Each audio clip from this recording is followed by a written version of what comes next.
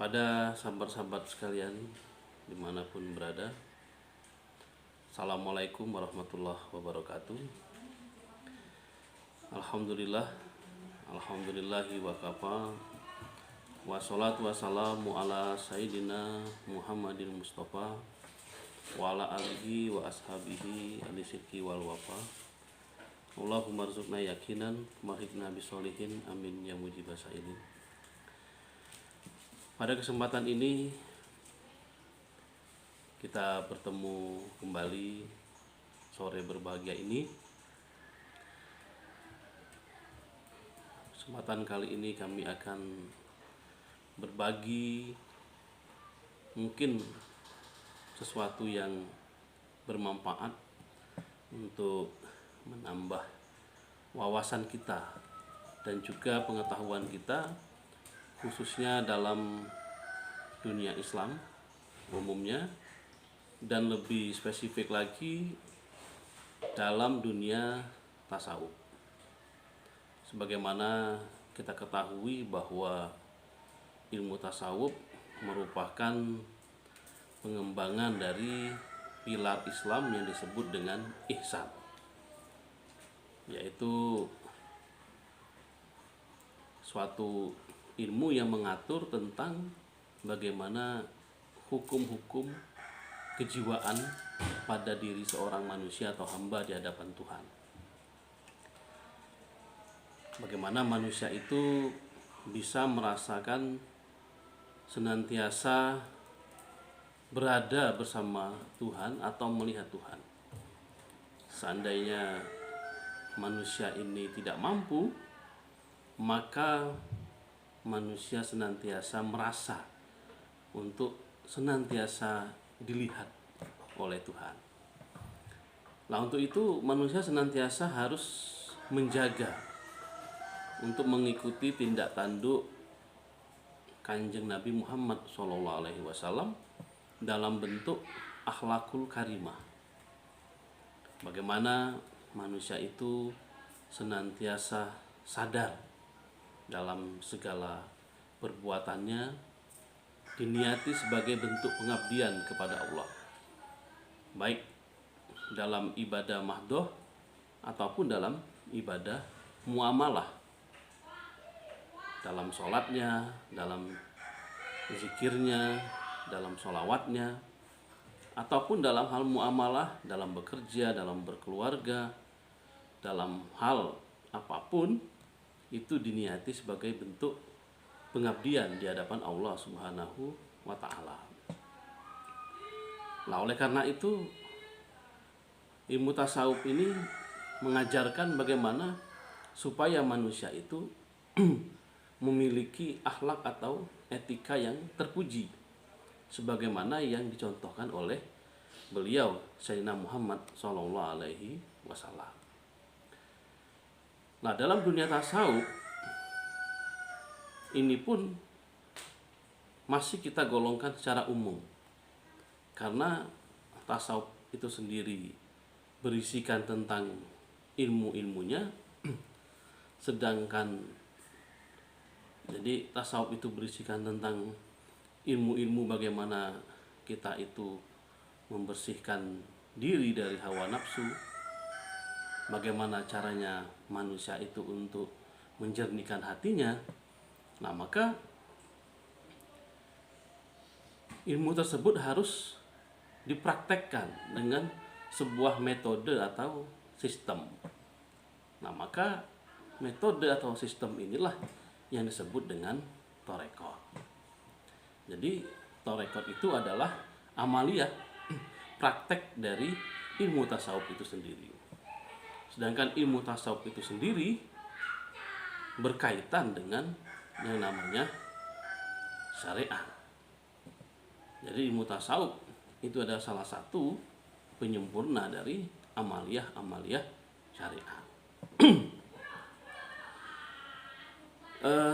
Sahabat-sahabat dimanapun berada, maka pada kesempatan kali ini kami tidak menerangkan lebih rinci apakah tasawuf dan torekoh itu sendiri, tapi konten kita pada sore berbahagia ini akan membicarakan tentang kiprah atau peran para wali-wali Allah, para sufi-sufi, kekasih-kekasih Allah itu dalam membimbing seseorang umat atau muridnya untuk bisa lebih dekat kepada Allah. Ya, dalam artian dekat di sini adalah menjernihkan hati para muridnya dari penyakit-penyakit hati seperti penyakit iri, dengki, penyakit hasud, penyakit khianat, penyakit pengecut, dan lain-lain. Nah, maka peran seorang guru, seorang mursyid sebagai kunci dari keberhasilan seorang murid. Karena beliau inilah yang merupakan dokternya, dokter spesialis atau dokter ahlinya dalam menangani penyakit-penyakit jiwa manusia. Nah, maka pada kesempatan kali ini langsung saja, tidak usah panjang lebar, bahwa kami akan membagikan konten salah satu kiprah seorang wali agung, imamu torekoh, khususnya dalam torekoh Naqsyabandiyah. Beliau adalah wali agung Ghausul Khaliqah Said Maulana Muhammad Bahauddin An-Naqsyabandi Qudisasiruh. Jadi saya menggunakan kitab klasik. Nah, ini kitab yang ditulis oleh Kiai Muhammad Mansur Al-Jupri. Nah, kemudian dijelaskan oleh Kiai Muhammad Mahpur As-Sarmadi dalam tulisan Arab, dan ada terjemahannya dengan huruf pegon. Nah, sebelum kita membicarakan perjalanan atau manaqib beliau Syekh Bahauddin Naqsyabandi Qudisasiruh, maka secara singkat kita harus melihat dulu bahwa beliau Syekh Bahauddin Naqsyabandi itu adalah pengorbit atau seorang promotor torekoh Naqsyabandiyah. Sebagaimana kita tahu sendiri bahwa sumber dari torekoh itu sendiri ya dari Sayyidina Maulana Muhammad SAW, dari malaikat Jibril, dari Allah Subhanahu wa Ta'ala. Adapun para sufi yang menjadi imam-imam dari segala torekoh itu, beliau adalah yang mempopulerkan atau yang memasyhurkan metode-metode atau torekoh-torekoh tersebut. Nah, torekoh Naqsyabandi itu dikenal berdirinya atau mulai masyhurnya itu di Samarkand, di Uzbekistan. Sekarang di negara Uzbekistan. Dulu disebut dengan Samarkand. Banyak ulama-ulama Jawa itu juga, khususnya Wali Songo, itu dari Samarkand, atau orang Jawa mengatakan Asmorokondi gitu. Lah, torekoh Naqsyabandi itu diambil dari bahasa Arab. Kalau torekoh tadi artinya jalan, metode atau sistem, sedangkan Naqsya itu adalah artinya ukiran, sedangkan bandi itu artinya kekal atau abadi gitu. Nah, kenapa dikatakan Naqsyabandi? Nah, itu tidak lepas dari pengaruh beliau Syekh Bahauddin An-Naqsyabandi tadi. Mulai dari era atau zamannya Syekh Bahauddin inilah torekoh ini dikenal dengan torekoh Naqsyabandi. Kenapa demikian? Karena memang Syekh Bahauddin itu hatinya itu senantiasa tercetak lafaz Allah yang tegas. Jadi lafaz jalalah atau asma Allah, Allah itu tercetak tegas di dalam hati sanubari Syekh Bahauddin. Jadi beliau itu sampai sedetik atau setiap saat pun hati beliau itu senantiasa tidak bisa memikirkan yang lain, tidak terbelesit sesuatu yang lain, melainkan pancaran dari sifat asma Allah di dalam hati beliau, sehingga mempengaruhi pikiran beliau, keinginan beliau, ataupun dari segala tindak tanduk beliau. Karena asma Allah itu sendiri sudah terukir gitu loh. Sudah terukir kuat di dalam hatinya. Nah, maka otomatis apa yang beliau lihat, apa yang beliau bicarakan, itu semua adalah representasi dari pancaran asma Allah. Nah, kalau kita lihat, kalau orang itu kadang-kadang dalam hatinya banyak sekali ukirannya. Nah, sehingga pembicaraannya, keinginannya, dan lain-lain menjadi tidak jelas, serba tidak jelas. Orang kalau hanya dipikirkan masalah uang, ya maka yang tergambar, yang terucapkan, dan arah pikirannya pun ya tidak jauh-jauh dari itu. Nah, adapun beliau Syekh Bahauddin ini yang tercetak lafaz Allah di dalam hatinya. Bahkan dalam satu riwayat, para ulama sering menyaksikan bahwa pancaran cahaya asma Allah di hati beliau itu terpancar, seakan-akan ada cahaya di depan dadanya gitu kan. Kalau beliau berjalan seperti ada di belakang bendera, jadi ada bendera yang memancar dalam dadanya gitu. Ya, itu mungkin saja Allah memperlihatkan seperti itu. Tapi yang paling penting, maksudnya naksa di sini adalah bagaimana ukiran-ukiran lafaz Allah itu terpancar, terukir, sehingga kuat, kokoh di dalam hati beliau. Nah, maka oleh karena itu beliau diberi julukan, diberi gelar oleh para sahabatnya, oleh para ulama atau para aulia, bahwa beliau adalah Naqsyabandi gitu. Terukir kuat di dalam lafaz Allah, terukir kuat di dalam hatinya gitu. Dalam Thariqah Naqsyabandi ini memang agak berbeda. Bagaimana lafaz Allah terukir kuat di dalam hati beliau Maulana Bahauddin Naqsyabandi? Ya karena memang metode yang beliau jalankan, thariqah yang beliau jalankan itu memang metode atau thariqah sir. Jadi beliau berzikir tidak dengan lisannya, tapi dengan hatinya.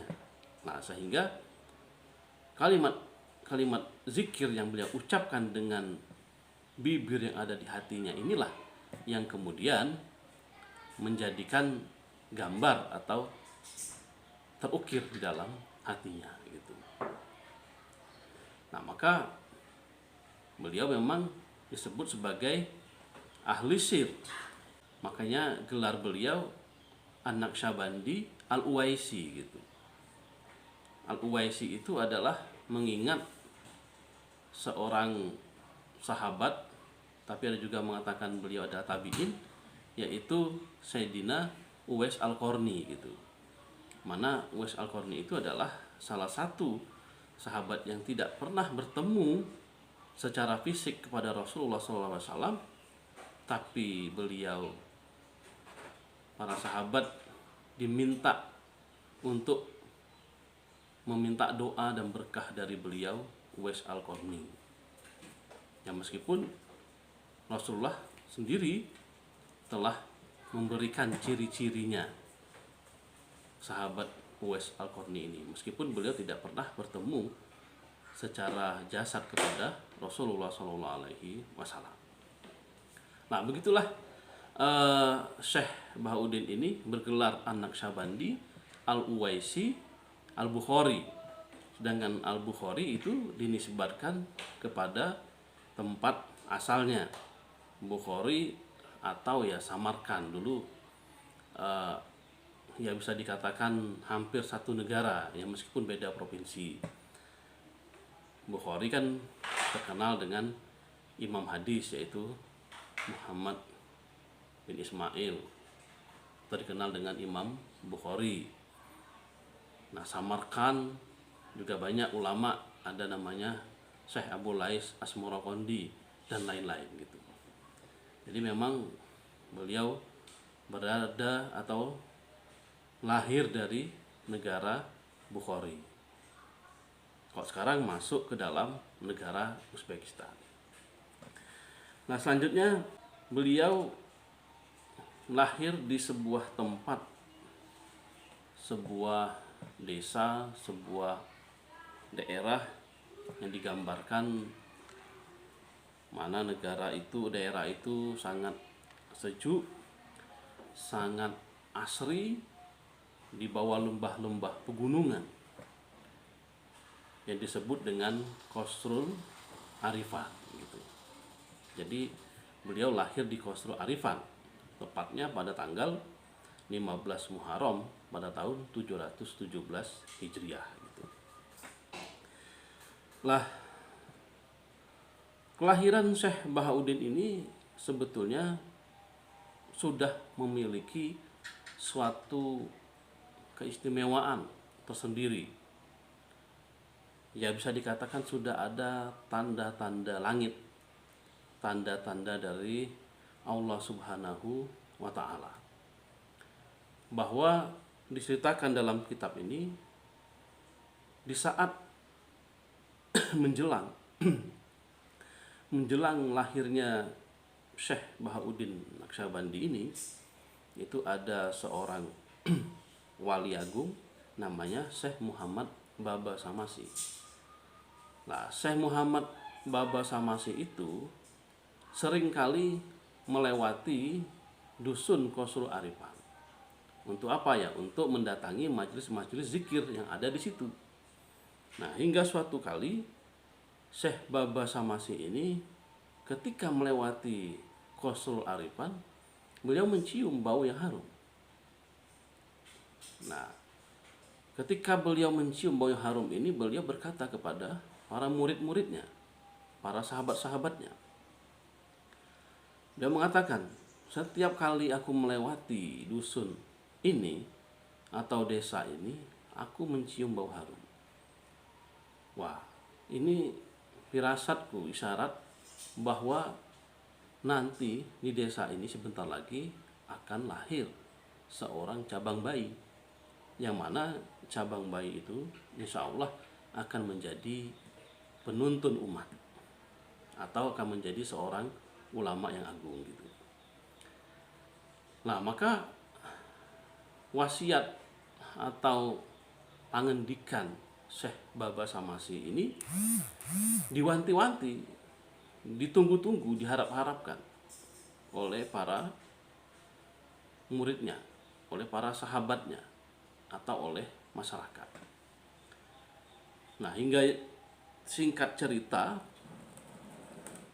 selang 3 hari kelahiran Syekh Bahauddin, jadi Syekh Bahauddin sudah lahir, 3 hari kemudian Syekh Baba Samasi datang lagi atau lewat lagi ke dusun Qasrul Arifan. Nah, cuman bedanya saat ini Syekh Baba Samasi melewati dusun Qasrul Arifan, bau yang tadinya itu harum, hal tersebut ketika itu lebih harum lagi. Semerbak wanginya itu menyebar kemana-mana. Nah, setelah selesai melaksanakan majelis zikir, kemudian Syekh Baba Samasi mengatakan,